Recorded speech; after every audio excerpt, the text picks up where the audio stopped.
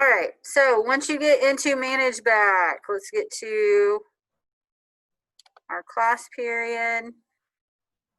Let's get to our calendar.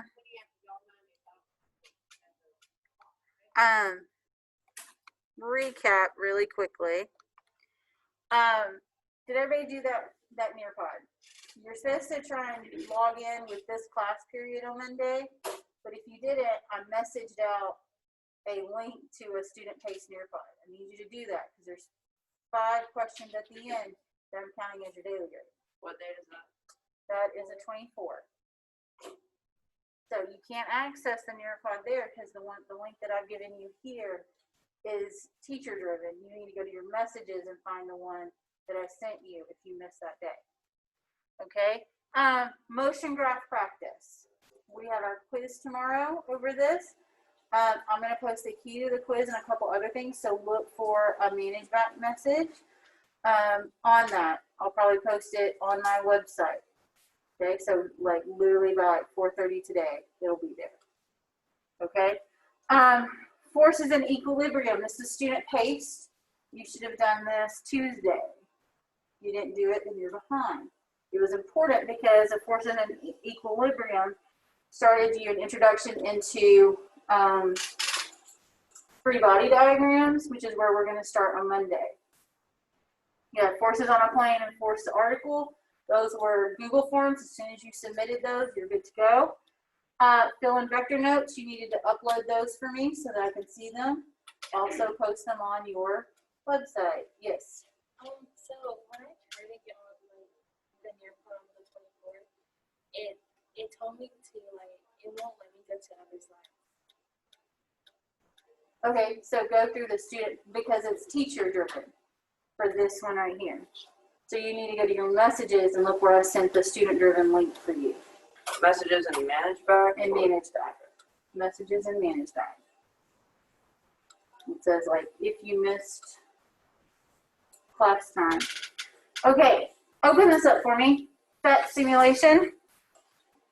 So we're going to open this and you're going to see 2 links. Notice this is an IB assessment, so there is your criterion. It is in your rubric. It is criterion B. So always, always, always make sure you read the 7-8.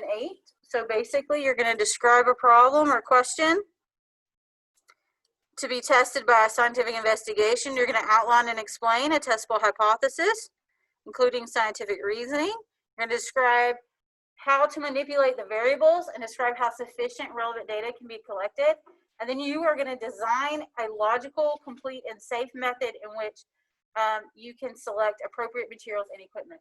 So basically, you're doing your own experiment from start to finish for me. Okay? So we're going to go through this really quickly. Well, for the most part. Okay, so you need the Nearpod open, but we're going to look at the worksheet first. So you need them open together. If you just open the worksheet, you can see I've also linked the Nearpod here.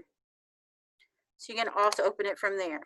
So even if you have other things to do, I need you to get to this part first. All right, here's your rubric. We're all striving for a 7 or an 8 because that's the highest scores that you can get. Now notice, I always look through everything that I'm giving in science. So I'm going to look through it so I know what my expectation is before I even go to the Nearpod. So we have to write down some observations of some sort. Looks like we have 3 spaces for independent variables. So there's probably 3 independent variables that we're looking at. We're going to have to choose one to change in our experiment. We're going to have a dependent variable. Looks like maybe 1 because there's only 1 box. You're going to look at what are you measuring from that. You're going to form a question. You're going to form your hypothesis from the question. You are going to create your procedure here. So make sure that when you're doing that, you include trials, you include anything that you think of it as if you were teaching a 6th grader how to do your experiment. What step-by-step things would you do? I had somebody in one class ask, can I Google force procedures for science labs and look at how they write them? Yeah, I mean, why not? And you can't copy what they have because I have it specifically for you, but you can at least look and see, oh, I didn't think about I need to do 3 trials instead of just 1. They need more data, okay? You're going to test your hypothesis, and you're going to show me your data table, and then the final thing is you are going to give me your conclusion, okay? So this is essentially like a lab report, but you are coming up with the procedure. All right, so if we go to Nearpod,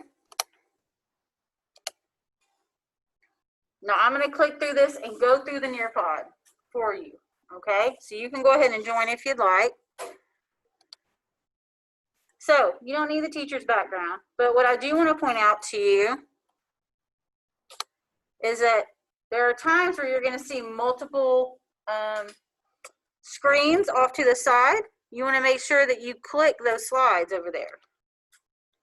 All right, so by the end of this lesson, you'll be able to evaluate your hypothesis based on an experiment you've conducted and answer a question you've written. So you are going to design a virtual experiment. So it's all virtual. You're going to generate a question, write the hypothesis, make a prediction. Then you're going to test that in the actual simulation, collect data. You're going to revise your hypothesis if need be, and you are going to write a conclusion. So remember, you have until Sunday to get this done. You should be able to get a lot of it done today, and once you finish your quiz tomorrow, this is what you can jump back on and keep working on. Okay? So you're going to make observations. Now, if you did the Nearpod earlier in the week, you're going to notice this is the same picture. Okay? It is not the same Nearpod. So you're going to make your observations. Oh, wait, I remember when I looked here, I had to write down some observations. Now, keep in mind, the observations should be tied to force of motion. You shouldn't be telling me, oh, everybody's looking in different directions. What does that have to, that has nothing to do with force of motion. So make sure you're looking at it through the lens of force and motion. You're paying attention to the people in the tug of war, their body movement. You're paying attention to where the rope is and the middle point is at this. You're paying attention to both sides. Counting. You might want to even count how many people. It might matter what type of shoes they have on. All those, are they wearing gloves? Are they not? All these different things. Okay? So, you'll answer an open-ended question for me. What factors? Record your progress. Look, if you have not recorded your observations, then this is the time that you switch over and go to that other page. And the great thing about this is if you didn't so far, you can go back and forth. You can toggle back and forth between the slides. All right, you're going to ask your question. Hopefully there it is. What do you want to know about net force? Okay, some people said, I don't know what net force is. Net in science simply means total. So total force on the equation, on the system. What slide is that? It's going through. You'll go through it at your own pace. So I'm just going through it. Notice, what is a testable question? I can't tell you how many people have asked me about their testable question, and I love the questions that I'm getting, but I give you examples, and it's about requiring change for one variable to determine the effect on another. So even in the next one, I show you in those examples what the independent variable is and what the dependent variable is. So when you are writing your question, whatever variables that you choose should be in your question. Does that make sense? So when you get to that point, keep this in mind when you are determining and going back and forth here, toggling back and forth. All right.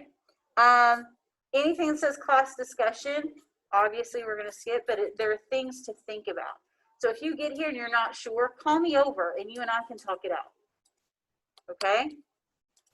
Key variables. Look, I give you the variables. These are the key variables for your situation. Obviously, you can't do think, pair, share, but you do have to tell me what dependent and what independent variable, what dependent variable you're going to measure and what independent you're going to manipulate. Because remember, when we go back here, look, there's the independent variable. Which variable am I going to manipulate? There's the dependent variables. What are you measuring? All right, I've spelled it out for you. If you need to look at this again, you can make it large. Okay? Record your progress. Write your testable question down on your worksheet. Remember to include those variables. And if you have to go back and look at the other slides, go back and look at the other slides. Writing a hypothesis. Notice, you also include your independent and dependent variable in your hypothesis. You should have learned this in 6th and 7th grade. Hopefully you did. Okay, it's a good review. All right, so notice how similar those hypotheses are to the questions that were there before. All right, there's another open-ended question for you. Record your hypothesis on your paper. Design your experiment. Now, if it helps, this is what it's going to look like. These are the only things that you get to manipulate. So if you get to this point and you realize, I need to change my question. I don't think I can answer my question. I need to change my hypothesis. Go ahead. You haven't turned anything into me yet. You can do multiple things, multiple iterations of your questions or of your hypotheses. You're going to turn into me the ones that you finally decide on. All right? And as you click through, you'll see you'll do a few more things and then you'll get your simulation. Are there any questions? When's the near pod due? By Sunday, because you'll do the Nearpod with the paper. So, I mean, it's due when you get done. Essentially, you should be able to get through most of the Nearpod today and have probably over half of your sheet done, ideally. Any other questions? Okay, I'm gonna let you guys get started. Give you about 5 minutes and I'll come around and field your questions.